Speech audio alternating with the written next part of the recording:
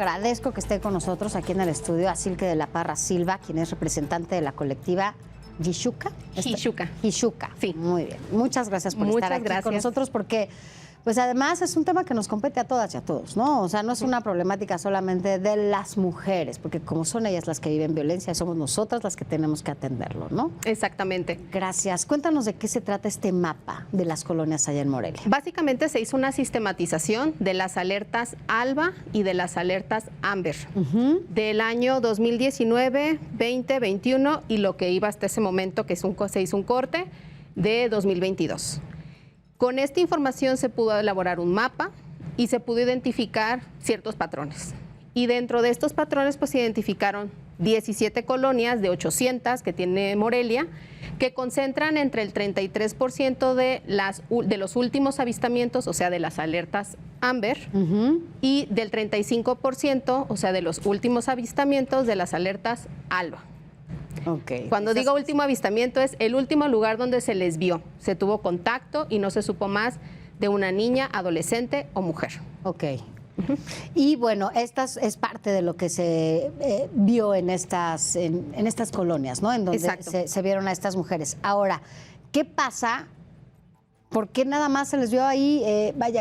¿Qué involucra esto? El sistema de justicia, las autoridades locales, cómo tendrían que estar como resolviendo esta parte. O sea, yo mando una alerta porque vi a una niña, a mi familiar, por última vez en esta colonia. Tendrían que actuar de manera inmediata. ¿Qué está pasando? Parte muy interesante de lo que se pudo identificar en esta sistematización, por ejemplo, es que las desapariciones se dan, por ejemplo, entre las 9 y las 10 de la mañana, entre las 12 y las 3 de la tarde y entre las 6 y las 9 de la noche. Entonces, en este imaginario de que las mujeres desaparecemos en la madrugada... Porque como salimos y andamos de fiestas, ¿y quién nos dijo que podemos salir, verdad? Exacto. Entonces, no tenemos esta autorización social para poder divertirnos, ¿no? Exacto. Bueno, la evidencia dice lo contrario. No es que no desaparezcamos en las madrugadas o en otros horarios, pero el grueso de las desapariciones o de los últimos avistamientos dice esto. Cada colonia tiene su caracterización contextual. Por ejemplo, en el centro nos llamó muchísimo la atención, por dar este ejemplo, que las desapariciones son los lunes, entre las 6 y las 9 de la noche. Que es cuando casi siempre las mujeres llegan de trabajar o estar en casa. Algo muy interesante, bueno, hemos estado capacitando a algunos bares, restaurantes que se están sumando a la estrategia 1, 2, 3 por todas. Qué bueno. Y la parte que se pudo observar es que decíamos, bueno, a ver, ¿qué sucede los lunes en el centro? Los lunes en el centro, los bares y restaurantes descansan. Entonces, si una calle completa está llena de bares, restaurantes, oficinas, los museos también descansan, entonces esa calle se vuelve un espacio donde, aunque grites, corras, hagas lo que hagas, nadie te va a ver o te va a escuchar. No, bueno, entonces no tenemos ni siquiera estas herramientas, ¿no?, de seguridad elementales, como la luz, como las las cámaras, como elementos de patrullas, o sea, todo esto que se requiere justamente para la prevención de la violencia. Exacto. Entonces, con esta información hicimos un cruce con información que se solicitó a la Comisión de Seguridad. Y pudimos observar que en 8 de estas 17 colonias se encuentran las 10 principales colonias con mayores reportes por violencia familiar, violencia sexual y lesiones contra niñas, adolescentes y mujeres.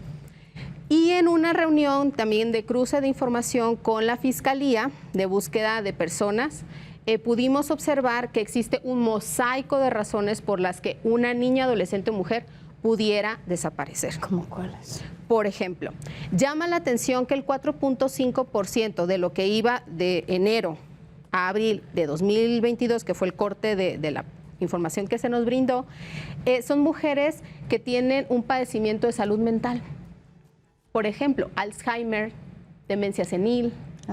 Entonces, llama la atención porque dices, bueno, a ver, ¿qué se está trabajando entre salud y la población para perder la vergüenza, el miedo a informar cuando un familiar o una persona o nosotras mismas pudiéramos tener este padecimiento y por lo tanto estar desorientadas? Claro. Sí. Entonces, ese 4.5% es sumamente prevenible. Claro. Por ejemplo, Familiares. El 18% tiene que ver con violencia. ¿Cuántas mujeres, por un tema de supervivencia o sobrevivencia, deciden dejar su casa y se van con sus hijas e hijos? Entonces se activa la alerta ALBA y la alerta AMBER. Claro. Entonces, estamos viendo la posibilidad, por ejemplo, de poder trabajar con los consultorios que forman parte de las farmacias. Consultorios amigos. Se vuelven aliados. Claro, el 38% más o menos de las mujeres michoacanas que son económicamente activas, de acuerdo a INEGI, no se encuentran dadas de alta en un servicio de salud.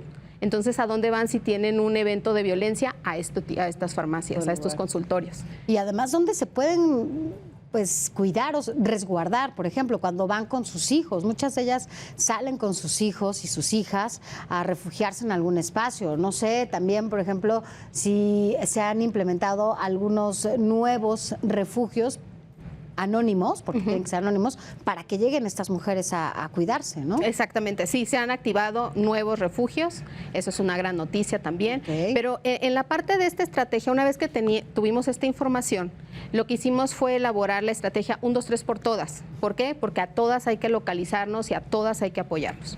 Por ejemplo, otra de las líneas de acción se llama Puntos Naranja. Esta es una estrategia que surge en Tijuana, Baja California, la replicamos en Morelia. Lo que hicimos fue, además de poder correr y pedir ayuda, también retomamos una experiencia británica que también se está llevando a cabo en algunos espacios aquí en la Ciudad de México, pero también se agregó un componente del modelo, del protocolo para prevenir, atender y erradicar la violencia en espacios laborales. Y entonces lo que decíamos es, si tú te dices ser un punto naranja, tienes que ser un punto seguro. Para mí que voy de fuera corriendo a pedir ayuda, para mí que soy usuaria, estudiante, comensal de ese lugar, pero también nos decía la Comisión Nacional de Derechos Humanos, es súper importante no perder de vista a tu equipo. Ahora, con lo que tú me comentas, digo, son buenas noticias que la iniciativa privada, sobre todo las organizaciones, estos colectivos en los que tú también estás ahí trabajando para que esto suceda, pues han sumado esfuerzos para poder lograr esta prevención, erradicación y eliminación de la violencia con las niñas y mujeres y adolescentes allá en Michoacán. ¿Qué pasa con las autoridades? ¿Qué pasa, por ejemplo, porque además las autoridades locales, hablando del presidente municipal, ¿no? En este caso, ahí en Morelia, pues tendría que estar trabajando también de la mano y sin embargo parece que a veces son rebasados y que lo que menos les importa justo es dar atención a esta problemática, porque ven lo que platicábamos al inicio. Si a las mujeres les pasa algo es porque ellas lo provocaron. Si las mujeres salen, ¿por quién les dio permiso de salir en la noche, no? De inicio. Y entonces lo ven como un problema secundario y no primario, cuando es urgente atenderlo porque nos compete a todas y a todos, ¿no? Fíjate que la parte súper interesante de esto es que esto se hizo desde una organización de la sociedad civil. Se presenta a las autoridades, la verdad es que lo arropó maravillosamente el Consejo Ciudadano. El Consejo Ciudadano, vamos, claro, otra vez la ciudadanía, ¿no? El INPLAN, el Instituto Municipal de Planeación y el Instituto de las Mujeres abrazaron la propuesta y finalmente el día 22 el gobierno municipal de Morelia lo retoma como una acción gubernamental. Entonces ya está dentro de sus obligaciones, ya lo aceptó como una de sus obligaciones. La estrategia 1, 2, 3 por todas que te comento implica 5 líneas de acción. Y entonces ustedes van a estar justamente con todas estas, son varios, ¿no? Varias instituciones, organizaciones que están participando en esto. Exacto. Y esta acción que están llevando a cabo, que entiendo replican de Tijuana, no la van a llevar a otros municipios, sobre todo porque es donde se puede tener contacto directo con la población, más que en un gobierno a nivel estado, sí en lo municipal. ¿No? Fíjate que en Huatulco, también en Santa María Huatulco, arrancó la estrategia 1, 2, 3 por todas. ¿Es muy peligroso? Ahí tienen más el tema de violencia familiar y violencia sexual. El 30% de sus delitos del fuero común tienen que ver con violencia sexual y violencia familiar. Y la violencia sexual se comete casi siempre al interior de las casas, ¿no? Al interior del núcleo más cercano. También, y en el espacio público, pudimos identificar con una organización local ya tenían un mapeo muy interesante sobre falta de infraestructura, como comentabas, luz, maleza, puentes inaccesibles, etcétera, y espacios donde se han dado eventos violentos de tema sexual. Y con esta información también se hicieron algunos ajustes y se arranca igualmente 1, 2, 3 por todas. El espíritu es el mismo, la prevención de la violencia contra nosotras. Y también existen puntos naranja. Me encanta que hay hoteles, restaurantes, bares que se suman a la estrategia. Y algo muy interesante es que en ambas ciudades, al igual que en Tijuana, existen unos mapas. De tal suerte que lo que les pedimos es, si te vas a reunir con alguien que no conoces, si vas a terminar una relación personal o laboral, hazlo en un punto naranja. Exacto. Porque, no, o cerca. Informa a tu familia, ¿no? O claro. Informa a tu núcleo cercano y de confianza. Más si sabes que, bueno, puede haber alguna reacción violenta, ¿no? Sí, por supuesto. Pero ya si vas a tener esta reunión, hazlo en este espacio donde el personal, eso es muy importante. Hicimos una revisión de otros esfuerzos que se han tratado de hacer y nos dimos cuenta que presentaban algunas áreas de mejora. Por ejemplo, se capacitaba generalmente a propietarias y propietarios para auxiliar, pero en realidad quien tienes que capacitar es al personal. Claro. O por ejemplo... No, y empezando por los policías también, ¿no? Claro. Que es tu contacto. Uno quisiera correr, digo yo, gracias a Dios no he estado nunca envuelta en eso, pero conozco gente, sí, cercana, que en algún momento tuvo un riesgo y que lo que primero hacen es acudir a un elemento, ¿no?, de la policía. Y quisiera saber cómo...